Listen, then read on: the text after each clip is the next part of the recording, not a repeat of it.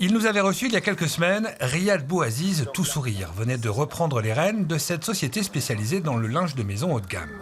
Des clients à travers le monde, un beau début, une belle histoire, puis il y a quelques jours, en nouveau maître des lieux, il prend possession des murs de l'espace, et là, c'est la douche froide. Donc, comme on voit ici, en l'occurrence, les classeurs, comment ils sont vides. Voilà. Ça, c'est l'exemple type où il y avait toute la facturation client régulièrement. Donc, nous, en l'occurrence, regardez ce qu'on a en dossier facturation. Pour le reste des clients, voilà le résultat de tout ce que nous avons. Des documents envolés, un fichier client qui disparaît, beaucoup de coïncidences douteuses à la reprise de l'entreprise. D'autant qu'il faut satisfaire les commandes, mais sans historique, c'est compliqué.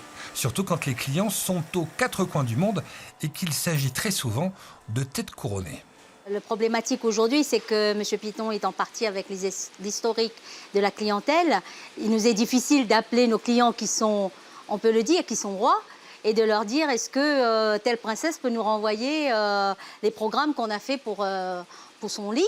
Ça fait pas très sérieux. Ça fait pas très sérieux. Pointé du doigt dans cette affaire, l'ex-dirigeant de cette entreprise et ancien patron du MEDEF en Franche-Comté, Jean-Luc Piton, qui aurait volontairement soustrait ses précieux documents pour pénaliser son repreneur. Nous l'avons joint par téléphone. Oui, bonjour Monsieur Piton, Frédéric Buridan, je suis journaliste à France 3 Franche-Comté. Oui, bonjour. Et je vous appelais pour savoir si vous étiez d'accord pour répondre à quelques questions, parce que nous faisons un sujet sur le rachat de votre ancienne société par Monsieur Bouaziz. Non, écoutez, je communique pas sur le sujet, désolé. Des faits qui interrogent la justice qui compte bien faire la lumière sur cette affaire. Mais hors de question pour le nouveau gérant et les 16 salariés de se laisser abattre. Le savoir-faire est là et il faut le faire savoir. Depuis la reprise, on a travaillé quasiment en 15 jours pour rattraper 2 mois de retard sur le carnet de commande. Aujourd'hui, on a une activité très dynamique.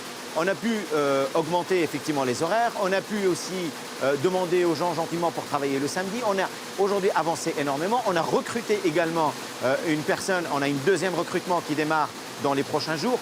Après avoir investi dans 2 nouvelles machines de broderie, Riyad Bouaziz continue d'avoir des projets. À Luxeuil, on retrouve le sourire, un savoir-faire qui s'exporte dans plus de 60 pays à travers le monde. Ça fait du bien.